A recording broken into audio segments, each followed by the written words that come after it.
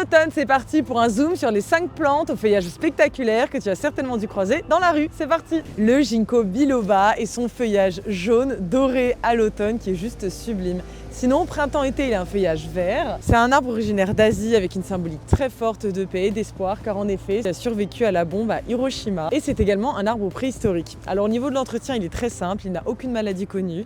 Il résiste jusqu'à moins 25 degrés, il demande très peu d'entretien. À taille adulte, il fera 20 à 30 mètres de haut, mais pas de panique, ça se taille facilement et si vous partez sur un petit sujet, vous aurez quand même le temps avant qu'il fasse 30 mètres. Les racines, quant à elles, sont inoffensives. Je vous montre ces feuilles d'un peu plus près, c'est vraiment très joli. C'est un peu en forme de papillon. Et au niveau de l'exposition, c'est plein soleil et il tolère la mi-ombre. On passe ensuite au fusain ailé. Alors là, il n'a pas encore pris totalement son feuillage, ça commence tout juste, mais il prend vraiment une couleur rouge fluorescente, c'est superbe. Il a néanmoins pris ses petites baies rouges qui sont très ornementales elles aussi. Mais l'autre avantage de cet arbuste, c'est son tronc. Il a un tronc très graphique avec une écorce en croix, donc c'est assez curieux. C'est une plante qui, au niveau de l'exposition, préfère à soleil ou mi-ombre. Elle est parfaite en massif ou en bordure car ses racines sont superficielles. On y revient, vous ne l'aurez peut-être pas reconnu, mais c'est le lilas des Indes. Il a un feuillage orange très original et très coloré.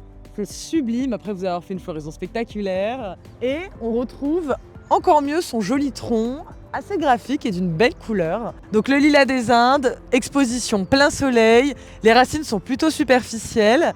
Et quant à sa résistance au gel, il résiste jusqu'à moins 12, moins 15 degrés. Mais plus il sera en plein soleil, plus il aura eu du soleil, plus il vous fera des fleurs.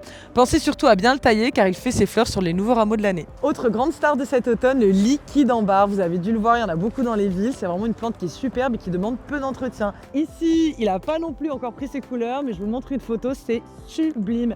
Il passe du jaune au orange et après d'un rouge mais flamboyant. Il résiste jusqu'à moins 20 degrés.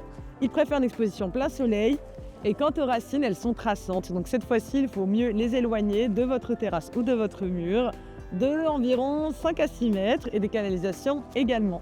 Et l'arbre incontournable aux couleurs changeantes, les érables du Japon. Ici, on a un Sangokaku, donc ce qui est vraiment très joli, c'est qu'en hiver, son bois devient rouge vif, c'est très ornemental, tandis qu'il aura perdu ses feuilles.